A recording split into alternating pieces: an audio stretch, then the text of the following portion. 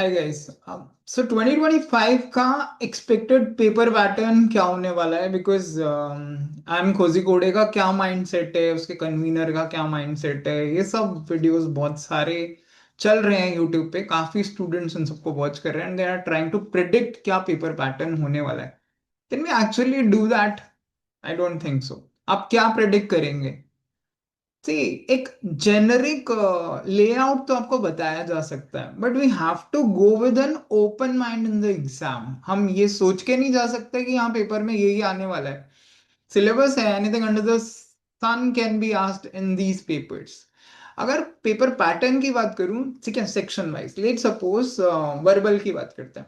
तो वर्बल में वही है कि I don't think there will be any change in the pattern. 4 RC आएंगे और 8 वीए के क्वेश्चंस आएंगे। अब वीए में इन्होंने क्या किया है कि पैरा जंबल्स को हटा के para completion, odd one out और उसको डाल दिया।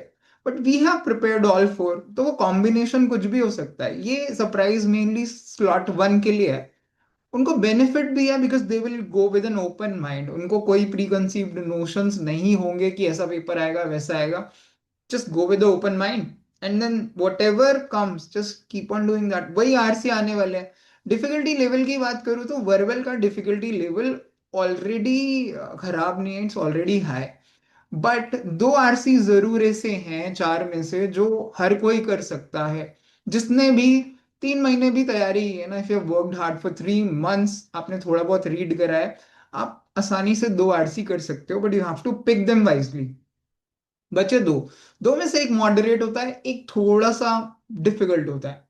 ठीक है, मॉडरेट आप कर सकते हो। बट एक चीज और देखी गई है, we have observed and discussed in the class also, कि जो बहुत डिफिकल्ट आरसीज है ना, उसके क्वेश्चन के ऑप्शंस इतने दूर दूर होते हैं कि you can easily do those.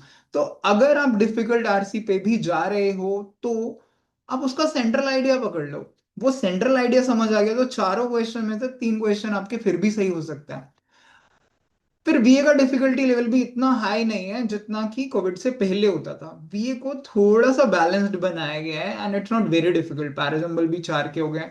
So make sure करिए आप आरसीज और बीए में एक बैलेंस बना पाए। So it's not going to be very difficult. It will always be moderate and I don't think कि इसमें कोई भी पेपर में पैटर्न कुछ खास बदलेगा। एक दो क्वेश्चन अगर बदल भी गए तो कोई बहुत बड़ा डिफरेंशिएटर वो नहीं है। सेकंड और थर्ड स्लॉट को तो ऑलरेडी पेपर पैटर्न पता होगा। सिर्फ पैटर्न में कोई खास चेंज है कि नहीं, बस ये पता करिए।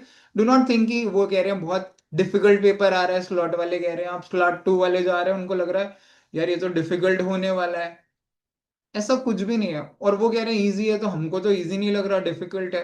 पेपर तीनों स्लॉट में अलग अलग डिफिकल्टी लेवल से आ रहा है। कैट ऐसा कर देता है। नॉर्मलाइजेशन आप बोलो या ना बोलो, they try to cater that with normalization, but वो ऐसा 100% तो नहीं हो सकता। And obviously no system can be full proof also. अगर एलआरडीआई सेक्शन की बात करूं तो 4 पजल आएंगे या 5, we don't know as such. Second third को पता चल जाएगा। First should go with open mind.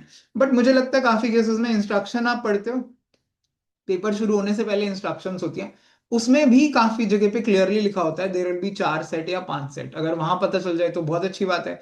वरना जब आप अपने पेपर के सेक्शन पे आते हो, जब पेपर शुरू हो जाता है, वर्बल खत्म होता है, एलआरडीआई के सेक्शन पे आते हो, तो पहले आप यही देख लो कि भाई पजल्स कितनी है। वो जो अगेन पेपर का जो पीडीएफ फॉर्मेट है ना, वहां से देख लो 4 पजल है कि 5 पजल है।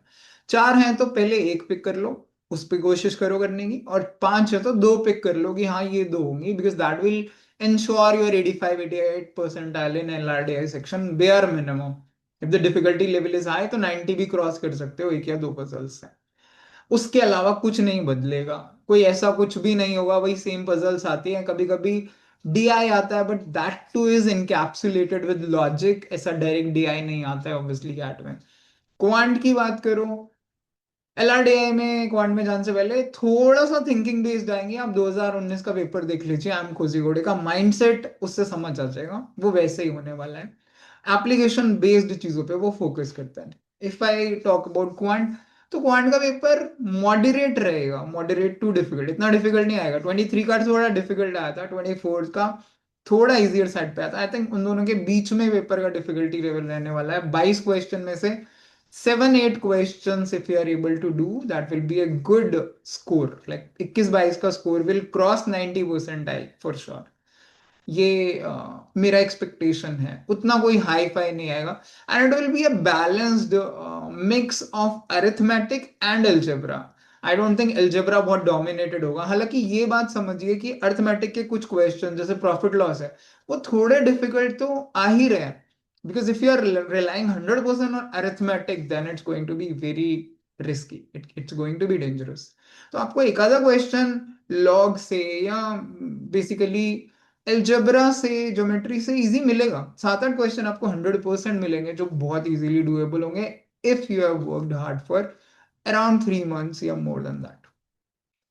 तो in a nutshell I would say do not try to predict the paper pattern. Paper का पैटर्न सेम है, do not try to predict the difficulty level of the paper. सबके लिए ये अलग होगा. एक स्लॉट कह रहा है आसान है, डजंट मीन वो आसान है.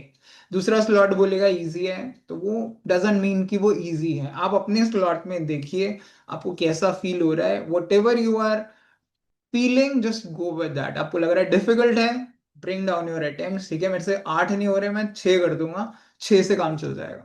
ठीक है, that will work. So don't compare. ये सब बाद में कहानी होती है. सब लोग बोलते हैं कि हाँ पेपर तो ऐसा था वैसा था.